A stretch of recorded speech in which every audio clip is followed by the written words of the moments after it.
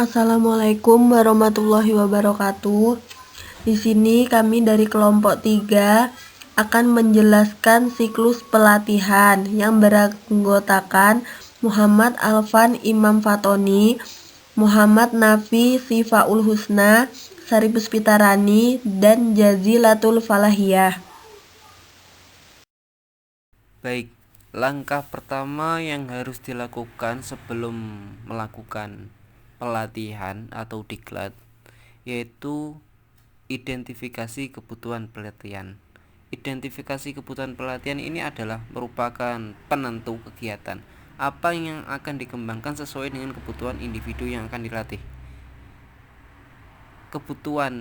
Identifikasi kebutuhan ini didefinisikan sebagai suatu proses pengumpulan dan analisis data dalam rangka mengidentifikasi bidang-bidang atau faktor-faktor apa saja yang perlu ditingkatkan dan diperbaiki kinerjanya.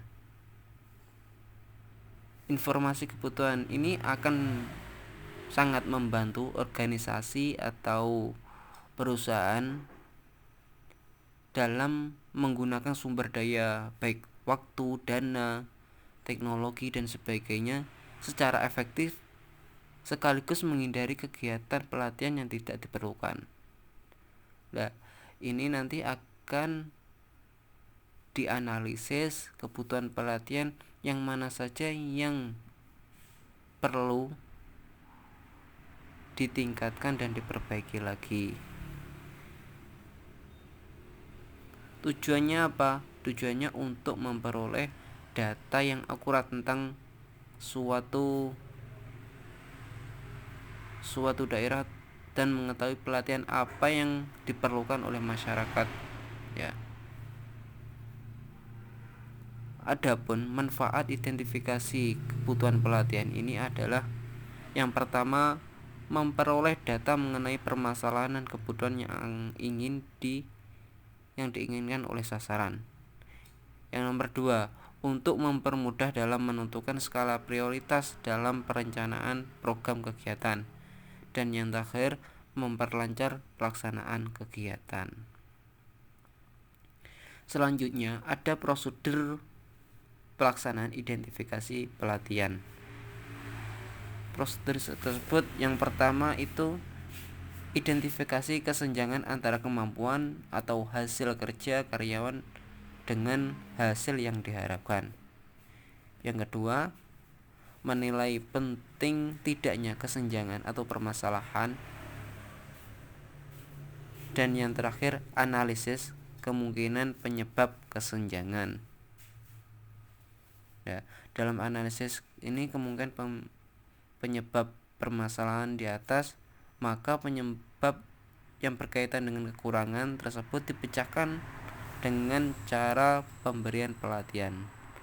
Oleh sebab itu, disusun program pelatihan untuk masalah tersebut.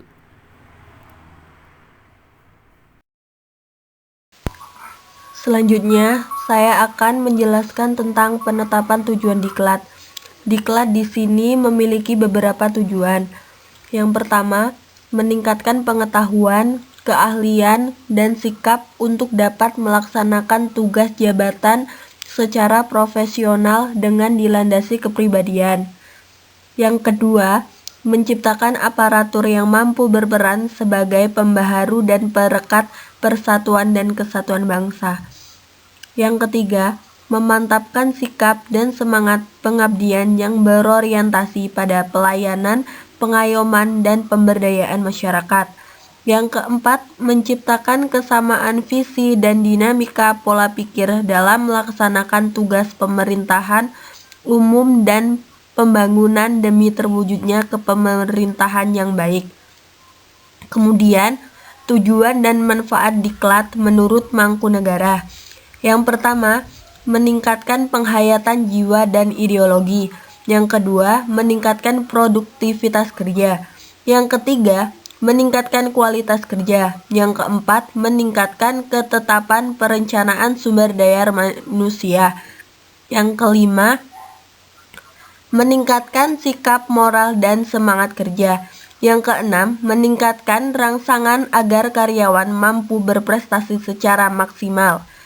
Yang ketujuh, meningkatkan kesehatan dan keselamatan kerja. Yang kedelapan, menghindari keusangan.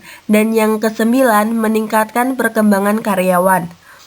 Menurut Marwansyah, kegiatan diklat memiliki tujuan untuk meningkatkan dan mengasah kemampuan individu dalam mengerjakan setiap tugas atau pekerjaan tertentu secara memuaskan. Kemudian untuk selanjutnya mengenai materi perencanaan diklat. Perencanaan merupakan salah satu aspek keseluruhan proses penentuan secara matang terhadap sesuatu yang akan dikerjakan di masa yang akan datang, dalam rangka pencapaian tujuan program diklat peningkatan kompetensi pengelola. Tahapan pelaksanaan diklat tidak sama pada setiap lembaga, oleh karena itu perlu disusun suatu program pelatihan. Langkah-langkah dalam pelatihan yang menjadi patokan suatu program kegiatan. Yang pertama yaitu identifikasi kebutuhan. Yang kedua, tujuan pelatihan. Yang ketiga, rancangan pembelajaran pelatihan. Yang keempat, metode dalam pelatihan. Yang kelima, materi bahan ajar pelatihan. Yang keenam, sarana dan prasarana pelatihan. Yang ketujuh, pelaksanaan program pelatihan. Dan yang terakhir yaitu evaluasi program pelatihan.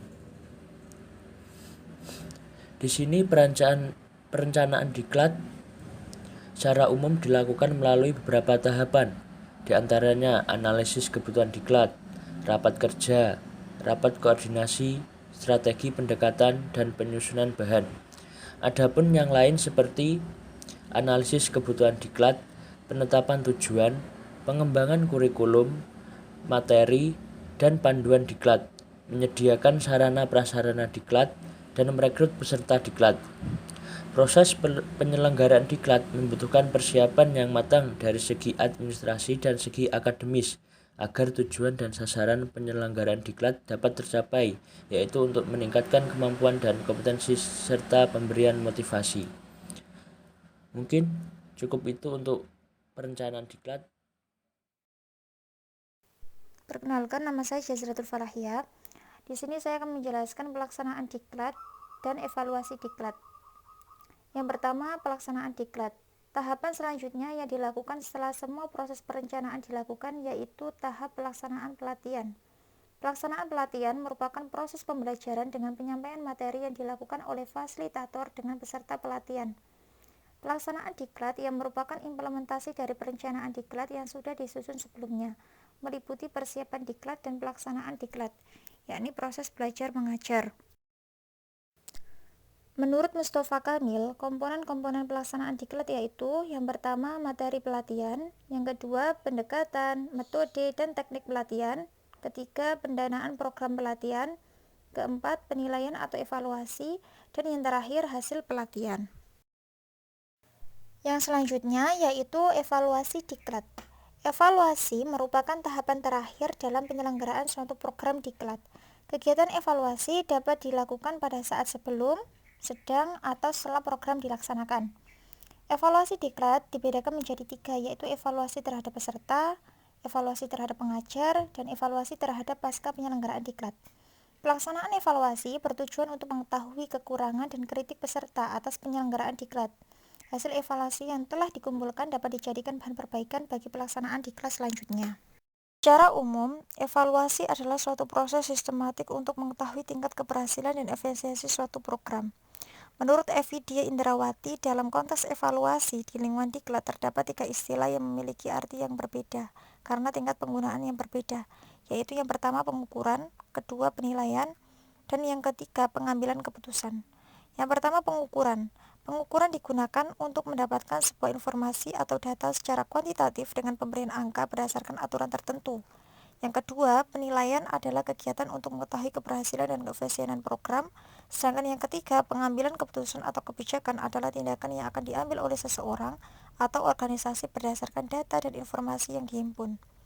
Perancangan pelaksanaan evaluasi diklat sangat penting untuk mencapai keberhasilan evaluasi diklat.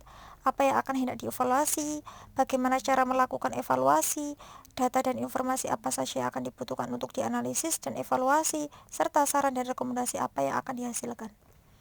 Evaluasi diklat ini pada akhirnya digunakan untuk mengambil sebuah keputusan, apakah program pelatihan ini bermanfaat ataukah tidak, apakah program pelatihan ini akan dilanjutkan ataukah tidak, hal apa saja yang akan perlu diperbaiki dari program pelatihan yang sudah ada jika ingin dilanjutkan kembali, dan untuk keputusan terakhir ini bisa saja seluruh program diklat dirancang ulang, mulai dari tahap yang pertama kali menentukan kebutuhan diklat sampai pada tahapan evaluasi diklat.